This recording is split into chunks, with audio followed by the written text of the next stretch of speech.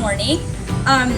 Today, nandito tayo sa Anyana, located at Barangay San Mayor, Tanza, Cavite. And the first house that I will tour you inside is what we call Paris Model. So, as you can see, this one is a big house. The total lot area for this is 150 square meters, and the total floor area is 187.32 square meters. So, tara, pasok tayo.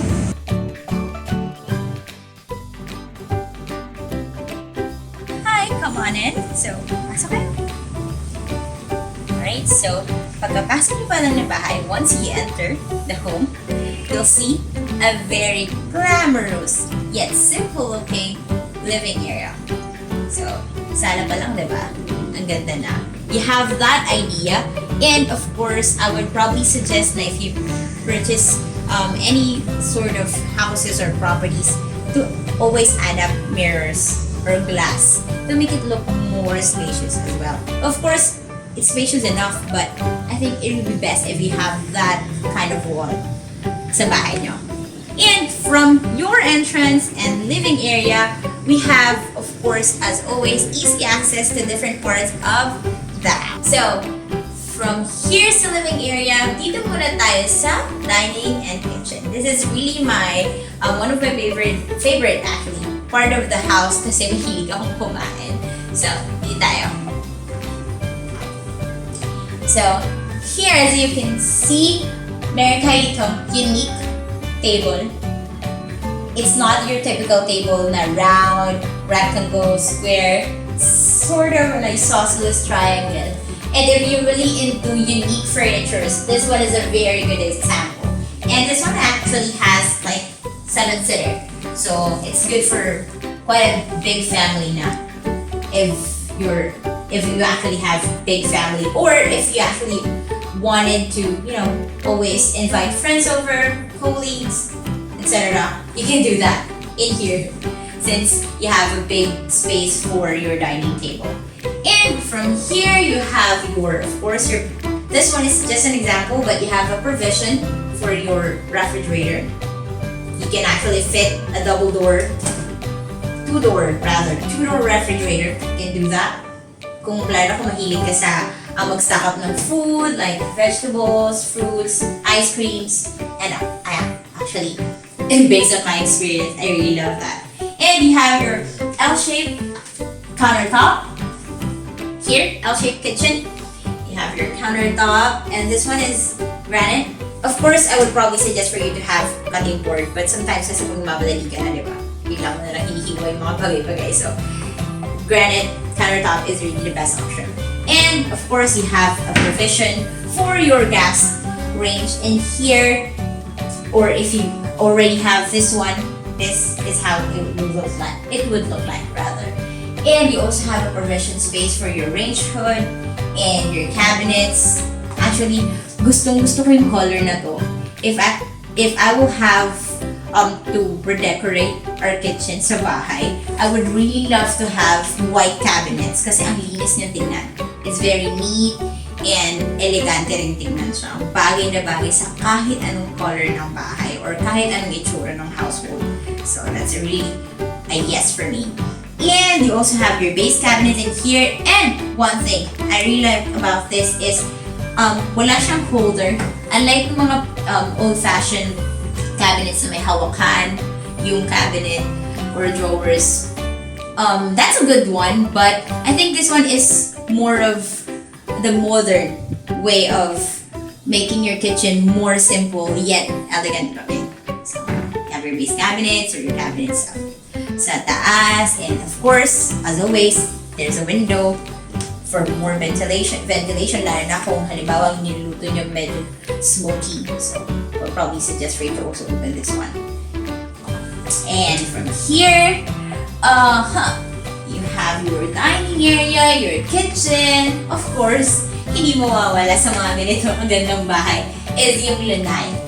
Right? Your lanai area where you can actually held some barbecue parties or some cube if mahilig kayo sa ganon, since it's really a trend nowadays. you have an easy access from your dining area to your lanai. So if mag-barbecue kayo, madali lang tumakbo, hindi kayo masusunugan. And as you guys can see here, you have an easy access to your lanai, and of course from your lanai to your two carport. Two space ng cars, I mean, 2 cars ang kasha sa carport na yan, and we'll check that out later on. But one thing is for sure, kapag emergency at hindi nyo mabuksan ng pinto sa front or sa entrance, then you also have another way out, which is your lanai. And that's a good one. To always have another form of, or another door to exit, right? Just in case of mga emergencies. And madali lang din siyang buksan. So, since sliding door siya, you have an easy access to your cars.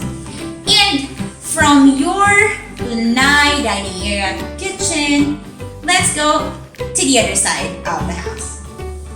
So, here, we have our first bathroom. Since we do have 3 bathrooms in total and 4 bedrooms inside the house. So this is the first bathroom.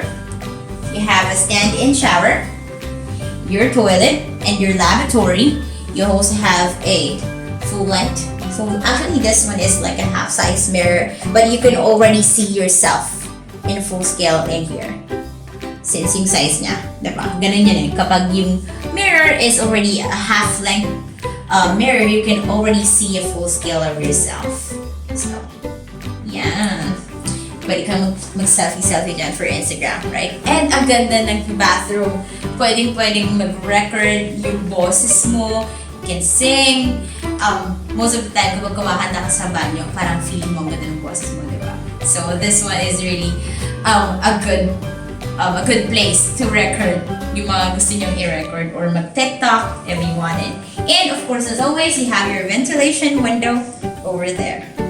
And from your common bathroom, here at the first floor, you have now your first bedroom, or shall we say some of the properties actually call it as, or some of them call it maid's room, guest room, whatever it is may be, that's your decision. But this is the first bedroom sa baba. Actually, you have a lot of options kung anong gusto nyo gawin dito sa first bedroom. Since this one is very spacious, you can make this, as you can see, this one is some sort of a mini theater vibe. So that's also an option. If you are really into movies, kung gusto niyo yung chill and watching movies, movie marathon, you can do that. Or you can also have this as a maid's room. And this is spacious enough for like 2 to 3 maids if you have that. Or a guest room as well, since you can place a bed in here. This one, as an example, this is a sofa bed. Pwede ka na rin humiga dyan, diba? Or if you want a full-size bed, that's fine. You can actually fit it in here. The double-sized one. Up until double size, yeah. Single to double size, you can fit it in here since you have enough space for it. And also, one of the best thing, lalo na sa family ko, kung ako ang bibili ng bahay, I would really love to have this kind of room na spacious for my grandparents. Since our grandparents most of the time cannot go up and down the stairs each and every time. It really is a big convenience for the family to have this kind of spacious room para sa grandparents mo, diba? At least they won't have to go up and down the stairs just to get some snack or eat at the dining area every time. Breakfast, lunch, merienda, hapunan, or midnight snack, they won't have to go up and down the stairs just to do that, since the room is already in here sa first floor. And of course, as always, you have your window sa gilid. Of course, meron ka dyang view. So, if your grandparents mo mahilig din sa sunlight or morning sun, maganda rin. Diba? Or kung hindi naman to nakatabad sa morning sun, that's totally fine, since this one actually have its blinds. So, they can just pull it down or pull it up whenever they want it. But, the best thing, or the best part for that is you don't have to always open your air condition or your fan. You can always open your window if you want to, have a breath of a fresh air.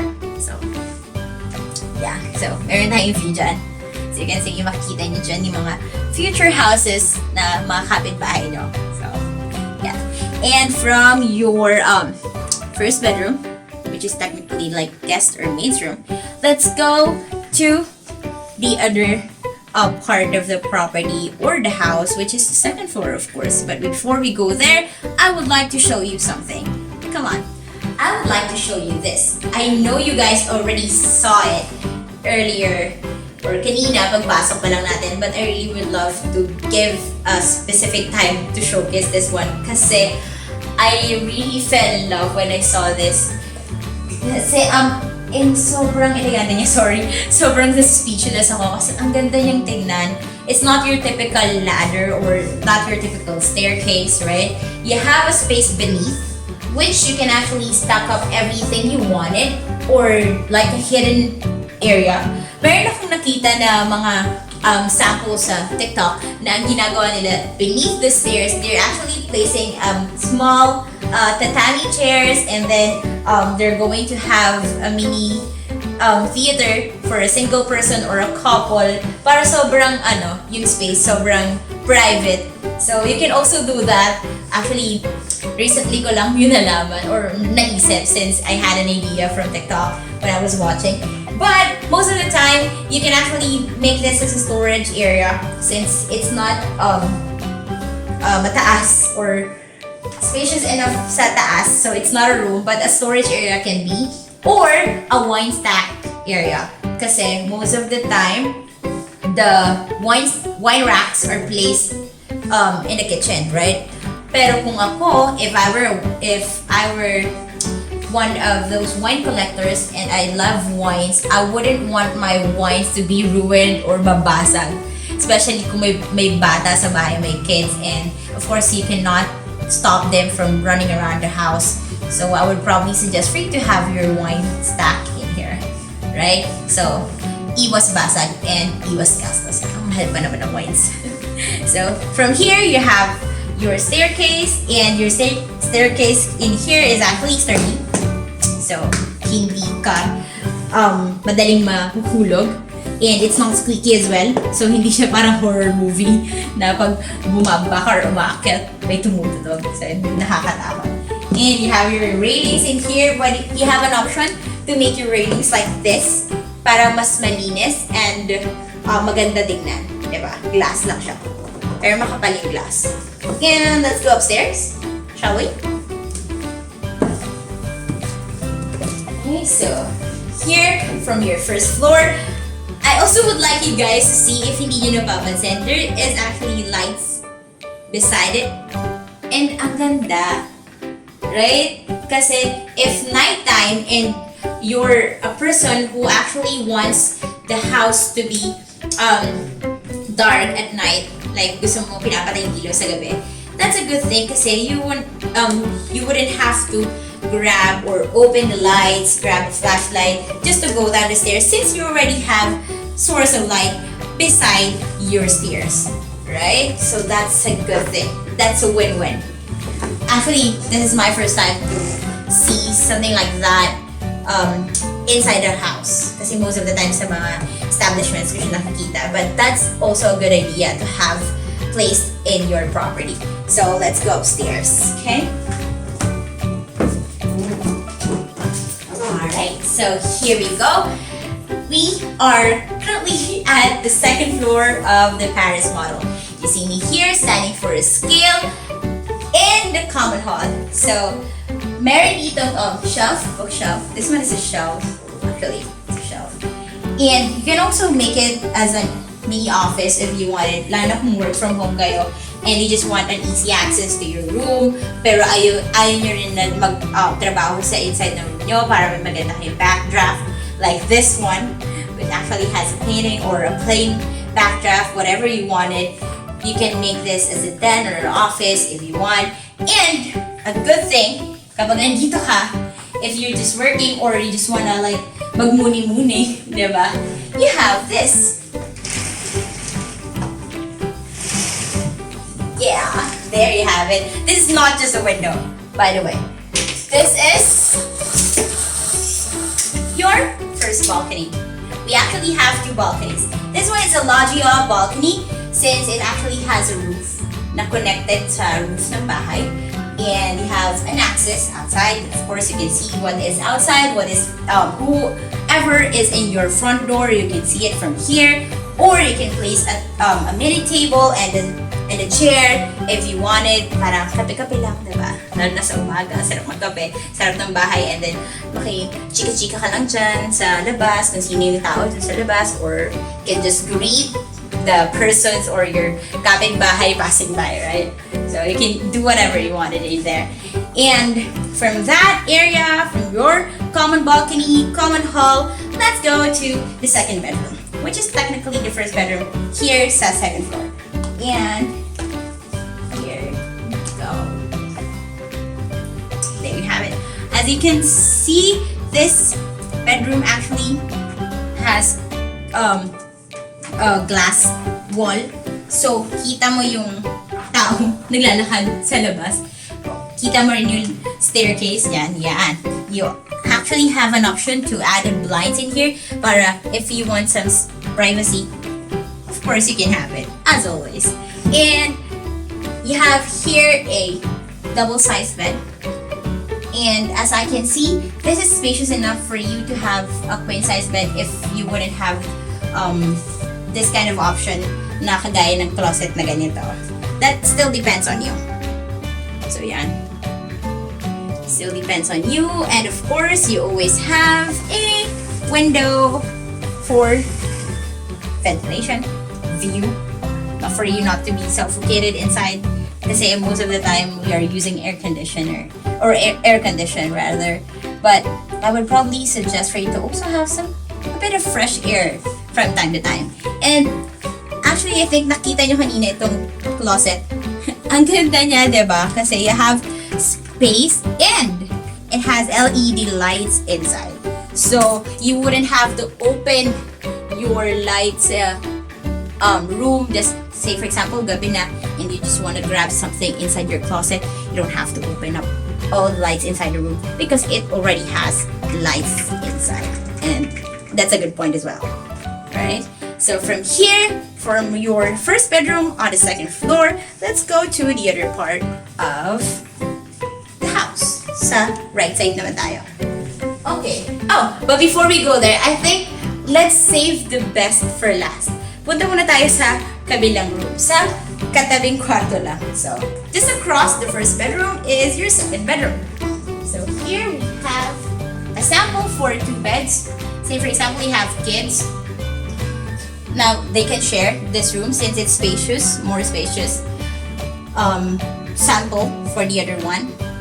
So this one is a different kind of style naman.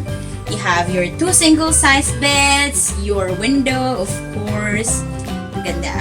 Nasa gitna siya. So, you have your light from there, and source of light from there, and of course another window here, window in here. So we can also check what is outside since that is facing the front of your house.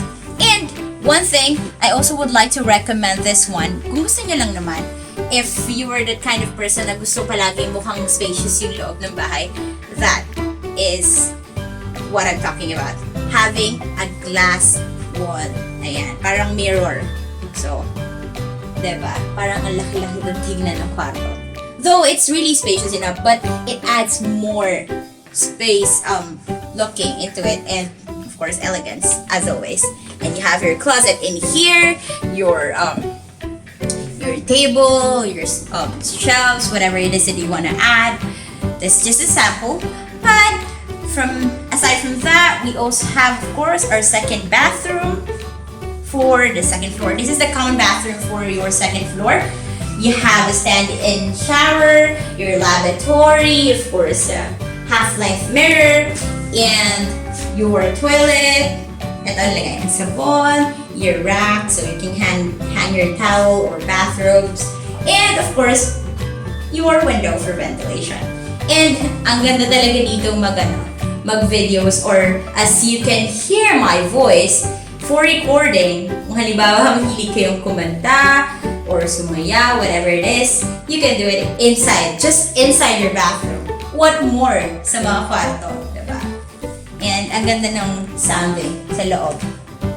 And from there, lastly, I really don't want to finish this video, but I would like you guys to appreciate this part of the house. This is one of the best part of the Paris model, which is of course our master's bedroom and bathroom. So dito muna tayo sa bedroom.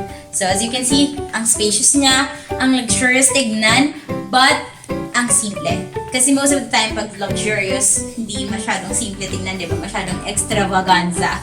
So, this one, ang simple lang yung tignan, ang elegante, but it looks luxurious sa interior design, right? You have your queen size bed in here. This one is a queen size bed, but you can actually have an option to put a king size bed if you want it, since you have enough space for it.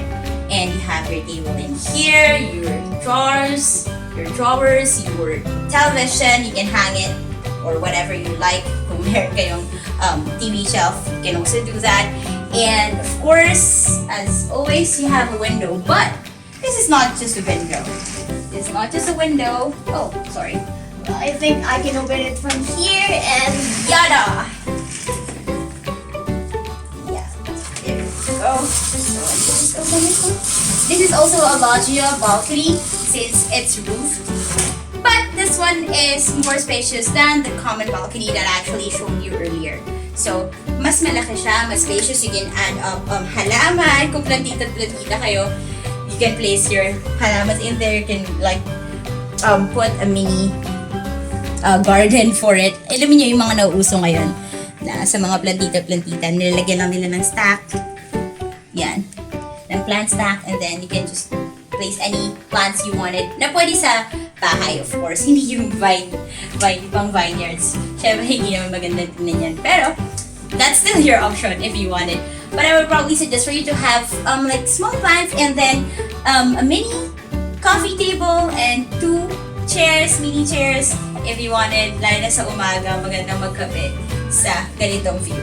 And you can always open this full curtains so you don't have to use electricity sa umaga. You already have a natural source of light, right? And from your master's bedroom, from your bedroom, you have a very, very easy access to your bathroom. As you can see, ewan ko kung nakita niyo na siya kanina, kung napansin niyo na kanina, your bathroom's wall is actually a glass. It's a see-through wall, so you can see kung sino yung naliligo sa bathroom mo, di ba? And from here, you have your closet. This is a walk-in closet. You have enough space for your towels, bathrobes, clothes, undergarments. And one thing about this, one of the sample na pwede mong gayahin, actually, is this one. Yung nakikita mo most of the time sa mga house tour ng celebrity, na meron silang ganito na table. Na glass yung top niya, so you can see what's inside. You can place the jewelry in here, watches, necklace, bracelet, whatever you wanted. Or, kung hindi ka naman nahilig sa mga ganun, you can actually place your underwears in here as well so you can see which one you would like to use, diba? Or, mga neckties, gano'n. And this one is just an option, of course. As an example always, this is an organizer jewelry box. And from here, your walk-in closet, you have an access towards your bathroom. Diba? Mas madali kapag yung walk-in closet mo malapit sa bathroom para hindi ka na tatakbo pa ng naked, diba? So here you have your big lavatory, a spacious enough one.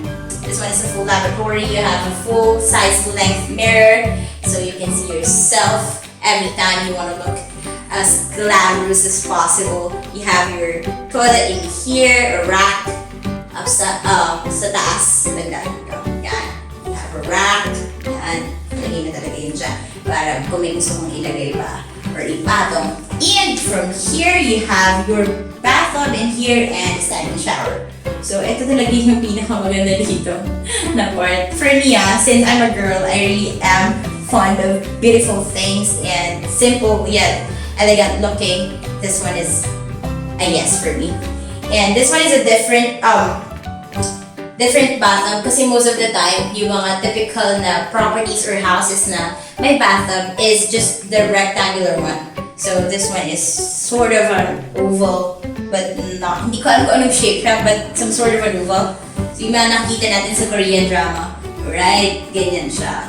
So, but of course, you still have an option to change your bathtub, whichever you like, whatever style you actually wanted. You can always do that. And we can always help you out. So, I guess that's it for inside the property. We also have, we actually still have the last part of the house that I will show you. But before we end this, I would like you guys to really appreciate the inside of the master's bedroom. So you can go ahead and take a tour for a bit.